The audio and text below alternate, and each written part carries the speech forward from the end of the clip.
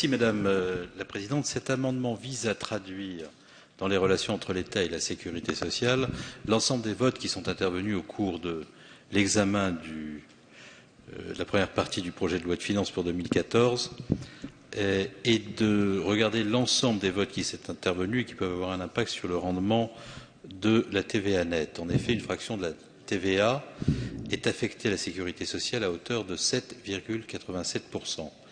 Or, dans le cadre de l'examen des premiers articles du PLF 2014, le Parlement a adopté différentes mesures majorant le rendement prévisionnel de la TVA de 286 millions d'euros.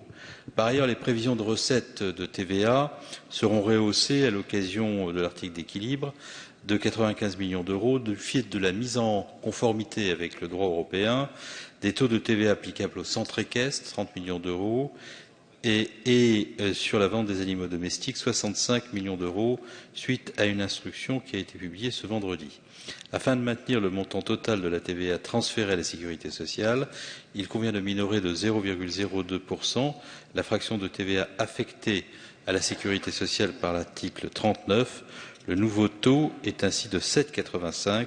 Cette opération est neutre pour le CNAMTS, le montant de TVA qui lui est affecté étant inchangé à hauteur de 11,9. Merci, Monsieur le Ministre. Monsieur le rapporteur général, sur ces trois amendements, s'il vous plaît, en discussion commune, votre avis. Alors, le rapporteur général et la Commission sont défavorables à l'amendement de M. Mariton et de Mme Dalloz, pour des raisons déjà évoquées assez longuement, et favorable à titre personnel à l'amendement du gouvernement, puisqu'il prend acte, comme l'a dit le ministre à l'instant, d'une augmentation de produits qui, pour rester conforme au montant qu'il est nécessaire de transférer, doit abaisser le taux de 0,02% de la fraction de TVA qui est transférée à la CNAM.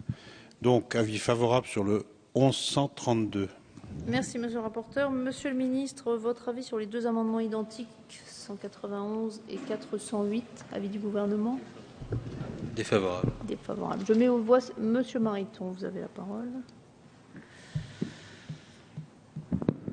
La question des centres équestres a souvent animé les travaux de notre Assemblée. Est-ce à dire donc que le gouvernement considère que la messe est dite et qu'il n'y a aujourd'hui aucune possibilité de maintenir, je comprends comme cela le propos et l'exposé des motifs de l'amendement, de maintenir le taux de TVA particulier des centres équestres? On considère que ce débat avec Bruxelles est perdu, Monsieur le Ministre? Concernant les centres équestres et les 65 millions concernant les animaux domestiques. De mémoire, ça correspond à une augmentation de 7 à 20%.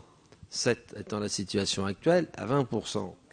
Donc, Monsieur le Ministre, est-ce que le gouvernement envisage-t-il de prendre des mesures permettant d'essayer de compenser pour les centres équestres ou pour les producteurs d'animaux domestiques une mesure aussi forte, c'est-à-dire une augmentation brutale de 13% pour ce qui concerne le premier point et de même chose pour le deuxième point.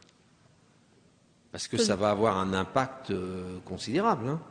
Et dernier point, je n'ai pas bien compris pourquoi la première mesure concernant les centres équestres est faite par décret. Si vous pourriez... Non, mais l'assiette. Laissez finir, Monsieur de Courson. L'assiette et le taux sont fixés par le législateur, par le Parlement. Donc, et même chose pour les animaux domestiques. Vous pourriez nous préciser un peu cela? Merci. Je vais donc mettre aux voix cet amendement du gouvernement 1132 avec avis favorable du rapporteur. Qui est pour? Qui est contre? Il est adopté. Je demande une suspension, c'est quand même pas compliqué de répondre. Mais je ne crois pas que vous ayez Ah, vous mais avez si, changé madame, le petit bulletin rose. Depuis 20 minutes, vous l'avez, puisque c'était mon collègue Vigier qui l'avait, et donc le temps de la redescente, vous l'avez, il est derrière depuis au moins un quart d'heure. Donc vous souhaitez une suspension de séance à 5h10? Oui, tant qu'on n'a pas de réponse du gouvernement. Enfin, c'est une façon de traiter Monsieur le ministre, Parlement. vous souhaitez répondre ou pas? Vous répondez tout de suite, et c'est quand même pas compliqué, ça n'a rien de polémique, ma question. Non, et puis votre ton est toujours très aimable et amical, et c'est la raison pour laquelle j'ai toujours très grand plaisir. Non, mais regardez, moi je ne suis pas dans cet état d'excitation permanente et... Oui, mais je le sais. Monsieur le député, voulez-vous laisser finir Monsieur le ministre? Vous l'avez Pourquoi vous êtes interrogé. énervé comme ça tout le temps? Vous êtes arrivé à 1h du matin, on vous a pas vu depuis 4 jours, vous devriez être reposé. Bon. Non mais j'étais là, moi. Au cours des 4 derniers jours, Monsieur Courson, nous étions là, vous n'étiez pas là. Ce qui explique que vous arriviez frais et dispo, avec du temps devant vous, le teint frais. Monsieur de Courson, je ne suis pas votre élève et je ne suis pas à vos ordres. Écoutez, Monsieur de Courson, vous attendrez la réponse. Oui, monsieur le député. Donc, je demande une suspension puisqu'il Elle est de droit pour 3 minutes. Il refuse de répondre.